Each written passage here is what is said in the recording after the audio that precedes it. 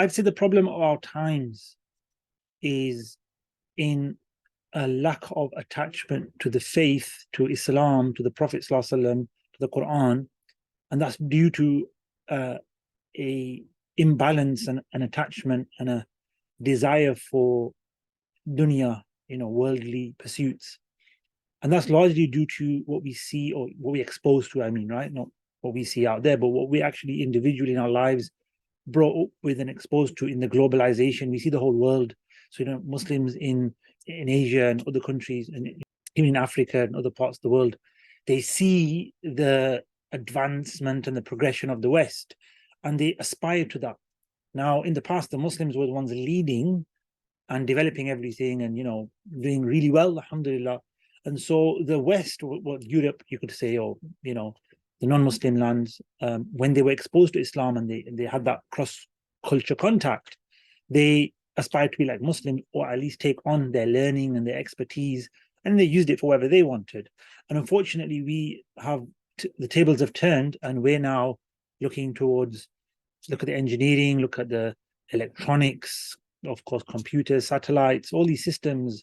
The most powerful countries in the world, states in the world, like America, China, Russia, they're non-Muslims, right? They have advanced technology in massive ways, artificial intelligence being a big part of that now, and who knows what they're capable of actually doing. But in the sense that all of that makes us feel inferior, like we're behind as Muslims. Look, Muslim countries haven't achieved anything over the last, couple hundred years, and so the tables have turned. So as a Muslim growing up, especially those who are exposed to this approach of progressivism, which means that, look, we're getting better. So that means we must be better in all ways, morally, spiritually, religiously, and philosophically, and so forth, right? So the ideas today are better, more advanced because of science, because of technology, and what's left behind, or what was the past, should be scratched off, and kind of let's forget the whole of history, and then this little part here that we've got that defines who we are as human beings and our purpose, which is totally ridiculous and incorrect. So I think the problem is that exposure to all of that, which then creates an imbalance spiritually within us. So the solution, therefore, is get away from things that push and promote you to seek the world for a worldly purpose. I don't want to say don't seek the world, because that's wrong as well. I think I don't want to give this message that you shouldn't be have a nice job or a nice car or earn a lot of money or want to do big business. But what is your purpose? What is your goal behind that? The Sahaba earned loads of money and they gave it all away. They supported people who needed it. Even when they didn't have much, they gave it all away. It's not even about because I've got a lot, I can give it away. They had generally a trend, that whether somebody was earning the equivalent of, let's say, 20,000-30,000 pounds a year, they'd use it all for the sake of Allah. And somebody's earning, 200,000-300,000 pounds a year, they would use it for the sake of Allah. There was that attitude, there was that approach to the world and the next world and the whole purpose of being here. I think that's what we've lost. That's a lack of faith, lack of connection to the teachings of Islam, lack of connection to those personalities.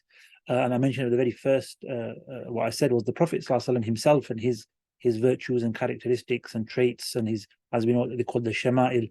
So I think what we need to do is learn more about the Prophet ﷺ, read more about him, go to lectures, go to events.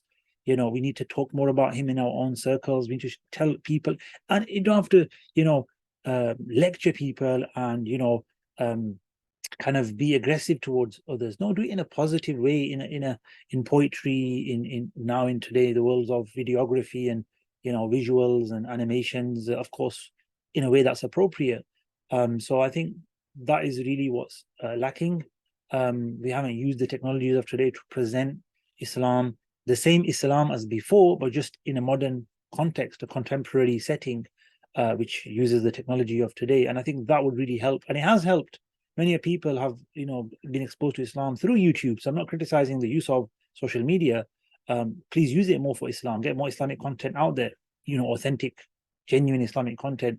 And, let's all, work together to bring Islam into the homes and lives of people in a positive way, not in a invasive or hostile or aggressive way, but in a beautiful, soft, gentle-mannered way, and exposure to even the spiritual tradition of worship and being, doing that in your life. Like, who does worship now, right? It's religious, right? Religion is seen as the odd thing out now, and that's the problem. We need to bring it back into a normal setting, into a everyday kind of thing. And I have noticed, alhamdulillah, in the Muslims that you do meet, which is not the majority, but alhamdulillah, the ones that interact and do want to ask questions and come on courses, what I find in everyone is a genuine, deep rooted love of Allah, love of wanting to worship Allah, and wanting to be actually a better moral person, but in the right way, not just like this general good manners, good character, but no, the truth. I want to follow the truth, and I want to love the people of the truth and be with the people of the truth, the prophets, the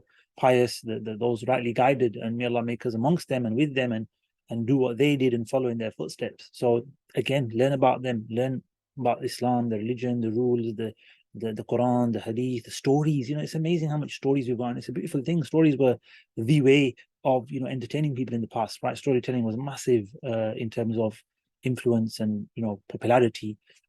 So yeah, I'd say this is where we are at right now, and may Allah give us strength to get through it. Barakallahu feekum.